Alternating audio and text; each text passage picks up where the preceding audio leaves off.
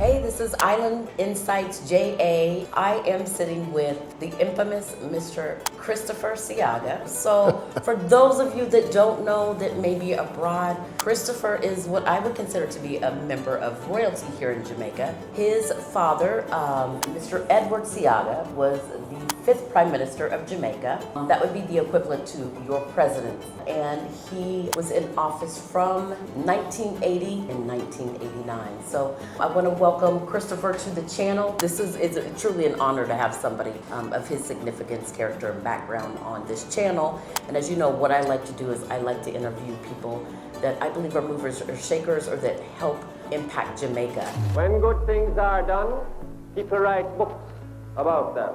Some people write songs about them. Some people compose poetry and others make films about them.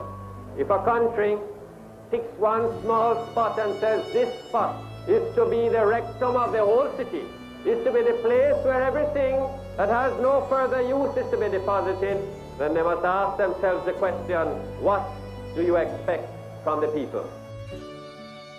So I want to introduce Christopher to the world. Who is Christopher Siaga? The girl named Sugar. No. That's for Beanie Man, not for me. Okay. But Christopher is just a real humble person. I love the outdoors. I like to go to the beach, like to cook, like to garden. Actually, some of the things that I do like is what my father used to enjoy doing. He used to have an orchid garden in his house, and he loves flowers, and Enchanted Garden Hotel in Otrios that we had. It was like bird apiary, as well as you had the gardens, and the whole thing is set up with flowers in mind and fish and everything. Going to bird shooting.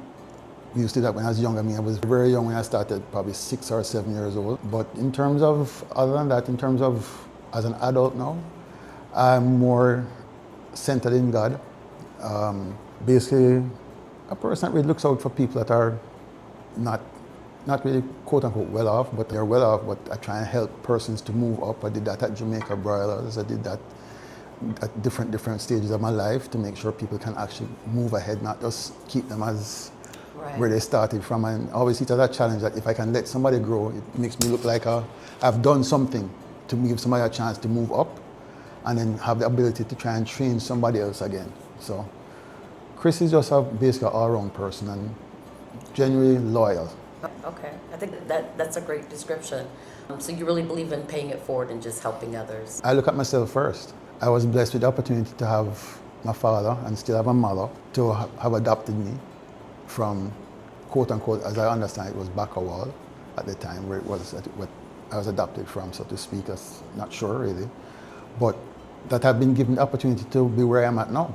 I mean, being in a first family, coming from a time where birth rates are not really going to, you don't really have people living to a certain age in terms of children or babies, but I was given that ability to enjoy this now. So if I've never forgotten where I really started from. So, and even though people say, no, you've moved up, and I said, no, but if it wasn't for God putting me in that place, then I wouldn't have the ability to do what I can do now. So I never see anybody on the road, and if somebody asks me for something, my mother knows it. I hardly ever say no. It's hard for me to say no because I know if it wasn't for them, as much as for God more than anything else, I wouldn't be where I'm at, that you could be interviewing me at this point. I love that. You know, Chris and I have some similarities, and I want to go back to adoption. Chris was adopted as I was adopted as well. So we have that in common. We're also both Geminis, so he's one of those people like me. I would stop to help out anybody in the street, and I'm always being chastised about because I want to stop and give them money or help them or what I can do. So I want to talk a little bit about adoption because we both come from that same channel. How back, or when did you realize that you were adopted? I think it was when I was about 9 or 10 when we lived in Jacks Hill, and apparently something came up. I think and my mother, who can speak Spanish, she picked up on something, and then somehow after that incident, I was told that I was adopted, and it took me aback because I didn't really see myself as different at that point. But then, when I kind of felt myself pulling away because I said maybe I don't really fit, but they've always been loving, and I fit in now because I've kind of, at that point I was like, I wonder if I am, but they've always showed me love, affection. My sister, my brother, everybody, just my aunt, my grandmother. My grandmother was like, yeah, and my dad would always get upset with persons when they said, oh, you're your adopted son, and he's, no, my son. Exactly. So it's in a sense happened, but I mean, over the years, I've had incidents where persons have been, a policeman once stopped me, I think it was in Negril, and was, basically I must have stopped in a roundabout to let off some staff. And he came up to me and said to me, oh, why are you stopping the road for? I said, I'm just letting off somebody. Give him the documents. And the guy came back and said, Siaga? Really? I said, yeah, it's my father. And he's like, no, man, I must have a jacket. And I was like, gave him a couple of choice words, and eventually went and reported it to the station. But that's a regular thing for me. It's not just the persons that don't know me, but it has happened to me with persons who should know better. Right. Persons that are supposed to be in society, so to speak, as they call it in Jamaica society, just that they were like, oh, you're related, but, and you know, people always say you don't look like Eddie, and I have to mention my mother, and then I say, oh, fine.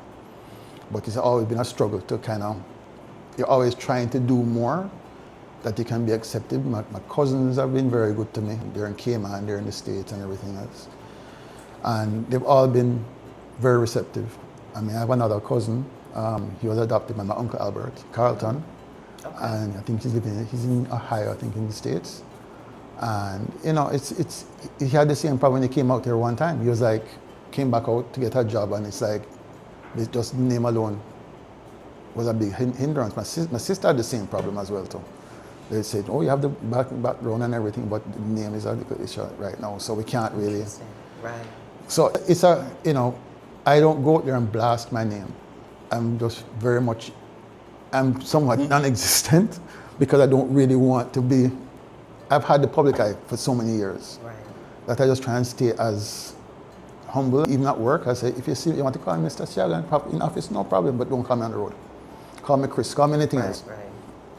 But it's adoption in Jamaica is, I think, from what I understand, at some point, it's not really adoption. Okay. So, you know, it's like your aunties, but you don't really mention adoption. Right. So I think it's very difficult, but it's a very, very hard thing for me to deal with sometimes because to me, family means a whole lot more than some people understand. And the level of loyalty I'll have to my family. I basically was on a trajectory at Sandals, and my dad said, the hotel in Carinosa, Enchanted Garden, needed my help. And I said, well, I was in, you know, my general manager at Sandals Royal, the director of operation, a lot of senior management at Sandals said, why? I said, my family needs me. And it didn't really work out because the hotel closed down eventually. Not because of whatever, but some, right, I think it was FinSac had something to do with it as well. And so our family jewel was just dissipated. But just to stay on the topic, adoption really is something that people shouldn't really look down at. Sometimes you don't understand when you say something like your jacket or your name is Siaga, but you're not a Siaga. It might seem like nothing to somebody, but somebody who is adopted, it really means a lot more because you're grateful to be able to be in a position that you're in, where some people are linked by blood and they don't really care. But it's like for me now, in terms of being adopted, oh, this is, you know, it's hard for me to even say no to something in my family. I feel like I do owe them to some extent, but it's only God that really owe it to, not them alone, but God put them in my life to give me what I have, as I said. And I can understand that because my parents that adopted me are Caucasian. Mm-hmm. So I had a whole lot of explaining to do. And this was in 1970s mm-hmm. in the United States. I think I was the first African-American child in the state of Indiana to be adopted by Caucasian people. So I'm constantly explaining myself. I can remember, you know, even traveling back in the 70s, and you're very aware when you're a black child mm-hmm. and you're in a completely white world, and that's what I was facing. I learned that very well. Yeah. When I was in Miami, I went to University of Miami for 2 years and walked on and didn't. Then I transferred from there to University of South Carolina in Columbia. I mean, some Jamaican friends that were up there time, you know, and everything. And it was pretty much cool, but towards the end, most of them had left. So my junior and my senior year was basically by myself. and I learned what it was to be black. In South Carolina? And it's like black with black, white with white, Chinese, everybody, every race is separated, but you're walking on eggshells because you know you are Jamaican or not. The first thing you see is the color of your skin. Your color, right. And when I used to hear a policeman come up to me and say, "Boy, you speeding on my goddamn highway." I was like, "Oh yeah, Buford T. Justice, okay. Smokey and the Bandit, all right." It was just kind of like, I mean, when I came back to Jamaica in '92, I mean, I was traumatized. I mean, I had a bit of a southern accent. I mean, I was like, "Mom, I want some grits." It's like, what Jamaican southern accent. Yeah, with a southern accent. And it's like, my mother went and bought the Quaker instant grits. I said, "No, that ain't grits." The kind that serves the coffee that burn you when you're serving yeah, grits. and then the butter and the cheese and right. Yeah. And it's like, it's just and friends that I used to have because I was so separated in terms of racial barriers. Yeah. It was very hard for me to even deal with seeing my dad for something. It's like at a conflict that I loved him. Right. But at the same time, I'm like, no, I'm seeing him as white. And I see most of my friends as white and black and this and that. And it took me almost a year. I mean, I even had a girlfriend from France that really, really liked me. Was she white? She was white. Okay. In South Carolina? Yeah. You were taking a chance. Yeah, I was. Taking a big chance. But then I started to, I mean, at that time, I think Malcolm X came out and the whole black thing was kind of like the black thing. And I was militant with Malcolm X cap and everything. I was like, yeah, black out, black. I have to survive. Right. And I'm sorry to say, I mean, I woke up one and I just looked at her and I mean, she used to make shirts and all sorts of stuff for me. And it's like, yeah, man. And it's like, I got up and I looked at her like, this ain't right. That's how bad it got.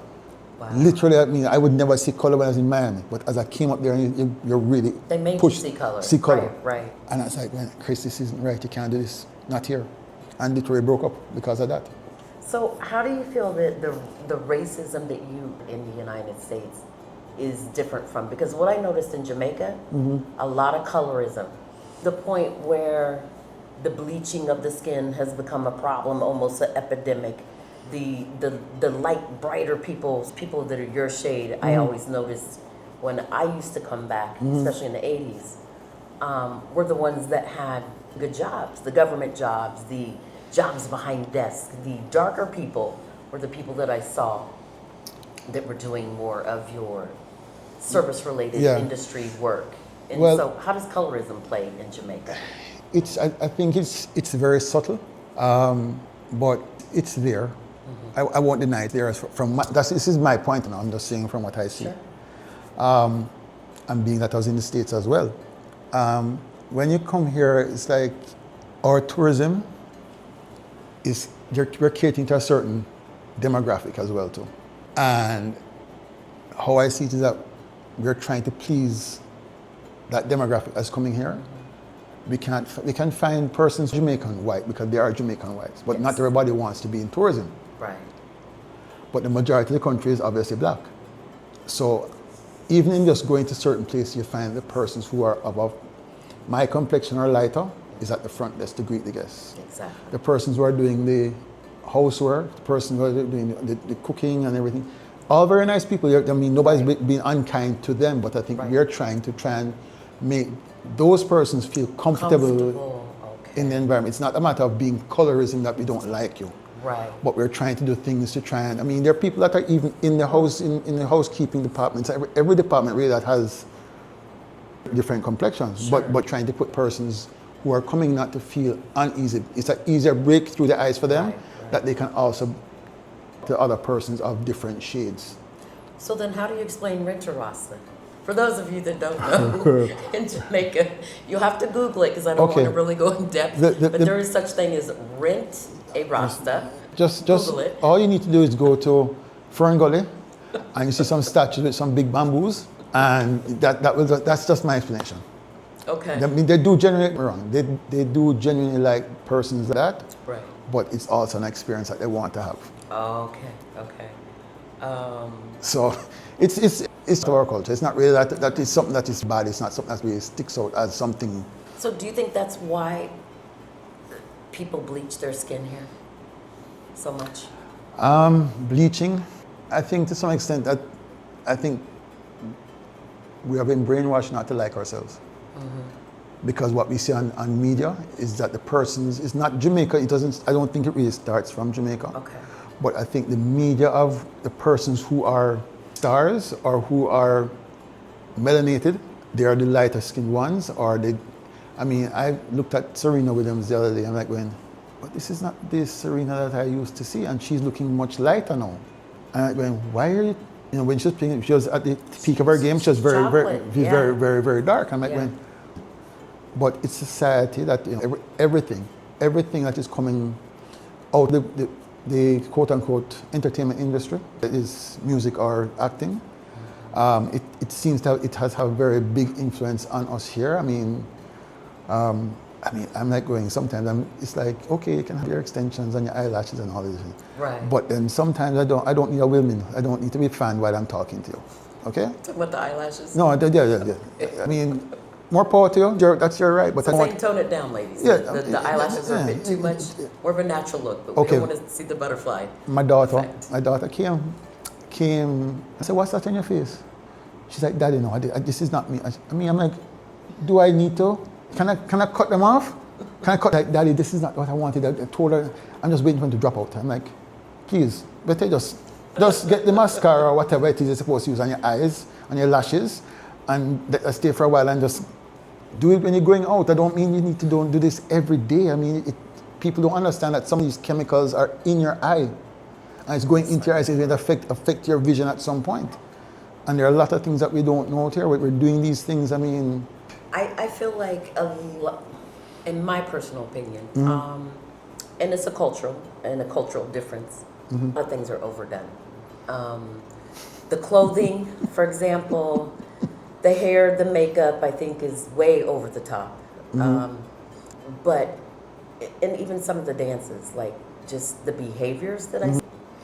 And I want to talk a little bit about the culture where that's and why. I'm trying to think of a proper way to put it. Why do they think less is more here?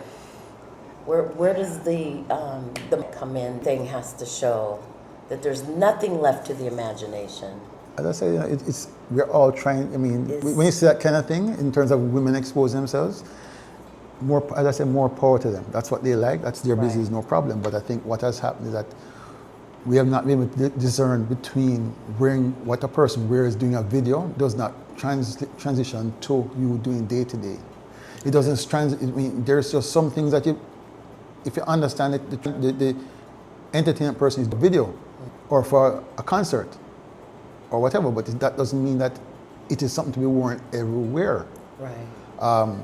And I see 6-year-olds, like I see young girls. Well, and I love dancehall music. I love music, but I feel like, in my personal opinion, one of the problems that I see here that I don't like is grown adults encouraging younger girls to dress with little to nothing, to go wind up. Like, I saw a 6-year-old girl one time. I was out on Treasure Beach side enjoying a lunch. And I don't know, maybe she was 5 or 6. She couldn't have been any older than this. She literally got up on the table. They started playing some Spice or something. And I watched her and she started to wind up, and I was like, I feel my mouth drop open.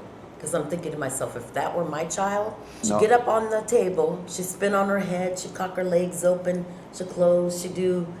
So I guess where I'm going with this is, it seems to be glorified in some sense, in terms of sexuality, the sexual promiscuousness here. It just seems to be, it's not a big deal. I don't know, maybe I'm a little old school.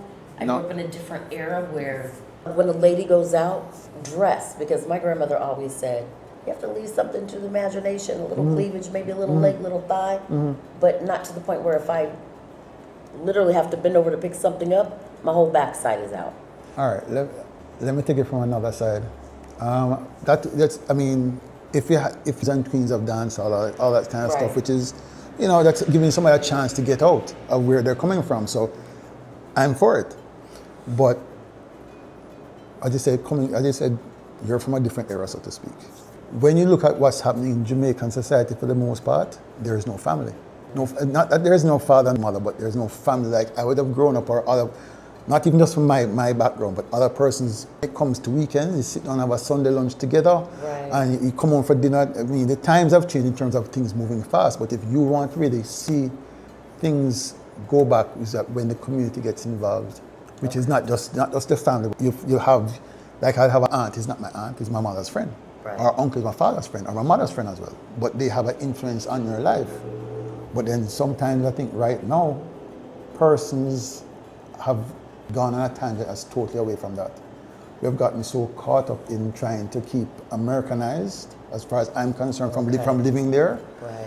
that what our culture is, that you see us as Jamaicans, as you walk off of Air Jamaica at the time, or anything after that, you know, like somebody. Is that when you could carry on the chickens in the crates?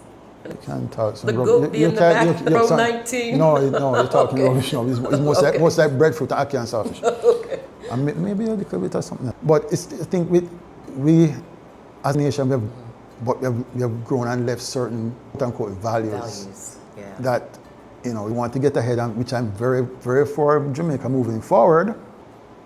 If you don't have that stability in terms of family, where a father is in the house, you can't expect a mother to do everything. My hat's off to them as a single mother to do what they're doing. My hat's off to them, but they are not. Their role is to be. That means that the man that was there was not there. Right. Girl, I have my daughter, and I made sure certain things, and to this day, she has carried herself in such a way that even people that she used to stay with at the age of 8 and 9, they say, wow, your daughter is so polite, and yes, and no thank you, and not loud as a young girl. And it's like, they're surprised. And I said, I'd rather have my daughter have manners than have $1 billion. Exactly. Yeah. And I don't try and share money and say money does everything. No, you have to try and earn your way through it. Right. I will help you where I can, but I can help a father. And I mean, that was a whole, again, that too was another story. So it's just, to me, really, that there's anything wrong, but it's a matter of where our values are at. There are certain things I don't think really, sometimes what we take from America is not the best. Right. It's not that there are things that come from America that are the best, but we seem to choose the worst. Come on, try again. But it's just really weird. I mean, just watching it in Jamaica now, I mean, it not really hurts in a sense, but I kind of think of my father didn't want me to leave Jamaica because he believed in Jamaica. And to his last breath, he believed in Jamaica. But when I saw him in 2010 talking to me to try and get me out of Jamaica, I said, that's not you, Daddy. He says, no, I just want you to be able to have an option to go somewhere. I mean, I went and worked in Dominica for a year. Okay. And he wanted, that is to open Secret Bay Hotel. And I went down there, and he was going to go there and try and make a down there instead. Okay. It didn't work out, so I came back. And it's just, when I saw him doing that, I was like, when something has changed in him, because you'd have a global perspective, and if you I did have the ability to come off the island and get that, and then you decide to come back to Jamaica with that knowledge and education and experience, even better. Yeah. So that's what he did for you. Yeah, I mean, he gave me every opportunity. I mean, I think I got the biggest time with him, more than my sister and brother, because he was there with me for swimming and for football. I mean, I used to, every time they're kicking off a football game in Tivoli at the time, I really don't want kicking off the ball. You carry me down there and say, okay, Chris, kick off the first ball. So when did you realize that you weren't really growing up in your average Jamaican house? When did you realize, boy, Daddy's a big deal? Like, when he won the election, he never showed it as if to say, before the election, you'd know that because he's now the Prime Minister. right. Leader of the opposition, he has to still do his own thing and whatever. So he'd go to work every day and still go to the constituency and do what he has to do. But it's like, I really realized that he was a big deal because I had to fly down for the inauguration from St. Andrews College in Canada. Okay. And that made me realize, okay, big time Daddy now. made it. Yeah, big now. Okay. So you were in college? I was in boarding school. You were in boarding school. What, do you remember how old you were when you found out your dad is going to be the next Prime Minister of Jamaica? So this was in '79, so I was about 12 or 13.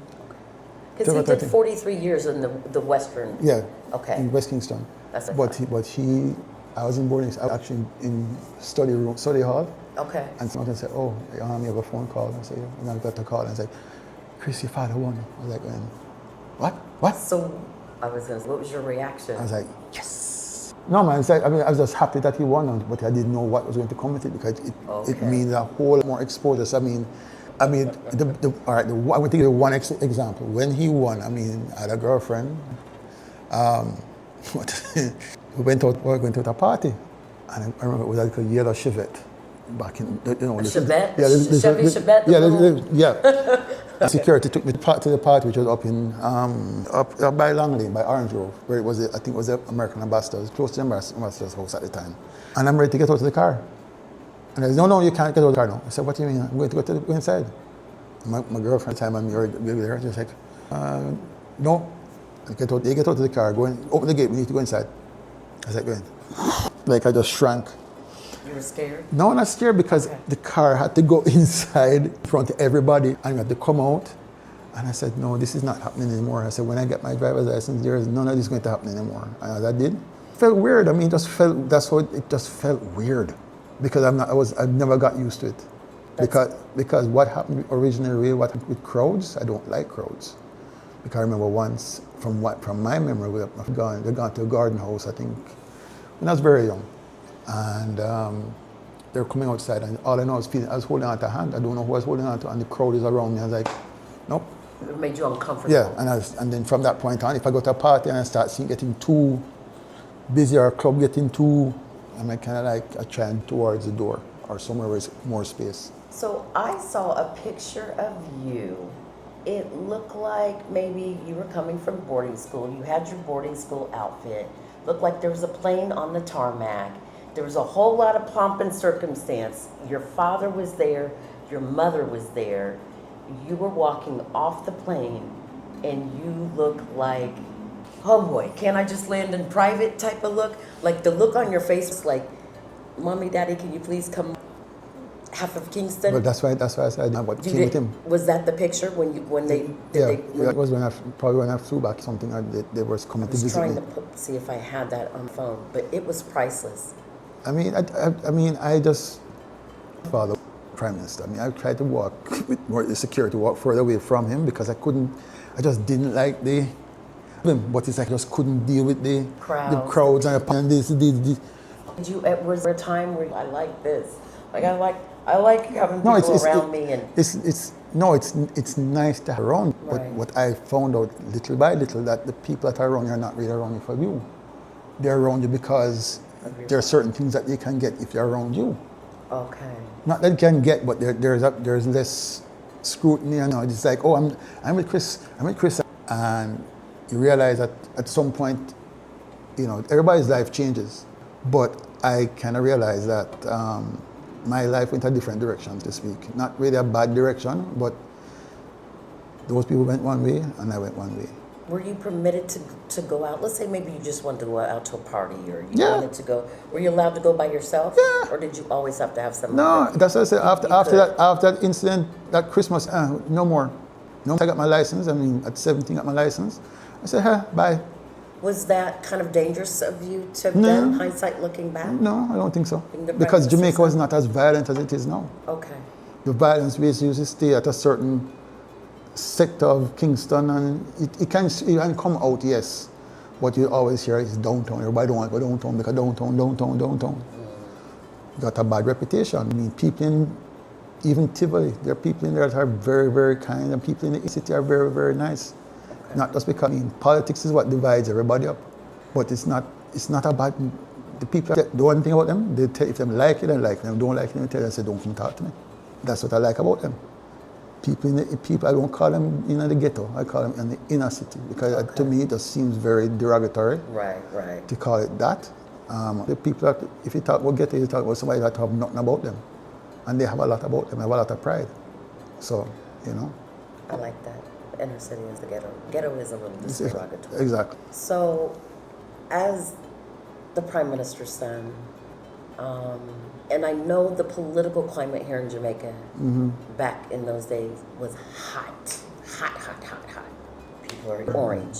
I didn't know this the first time that I moved to Jamaica some 15 years ago, and I think it was around the election time, and I can't remember exactly what color I had. I think it was green. And somebody said to me, mind what you're wearing, you know. You can't wear certain colors this time of year. And I was like, what are you talking about? And it was Ken Booth that said to me, you know, Cara, you have to be mindful. You can't wear orange, you can't wear green. And I was like, Ken, what is this about? And he's, well, that means that one political party and the next political party. And I remember Ken's wife saying, Cara, tomorrow's election day, don't come out of the house. And I was like, why? But I knew the history back in the day, back in the 50s, when it was volatile. And so I want to talk to you a little bit about the political climate, because I was for this last election. I find it was kind of a thing to me, because it's when I fully understand, I think, fully understand what's going on. So I had an opportunity to kind of, you know, listen to the debates, and I thought that was very fascinating that they have debates of all the ministers, not just, you know, whoever the Prime Minister was going to be. That told me, spoke volumes. But why do you feel, my understanding is, and correct me if I'm wrong, if somebody is PNP, orange, right?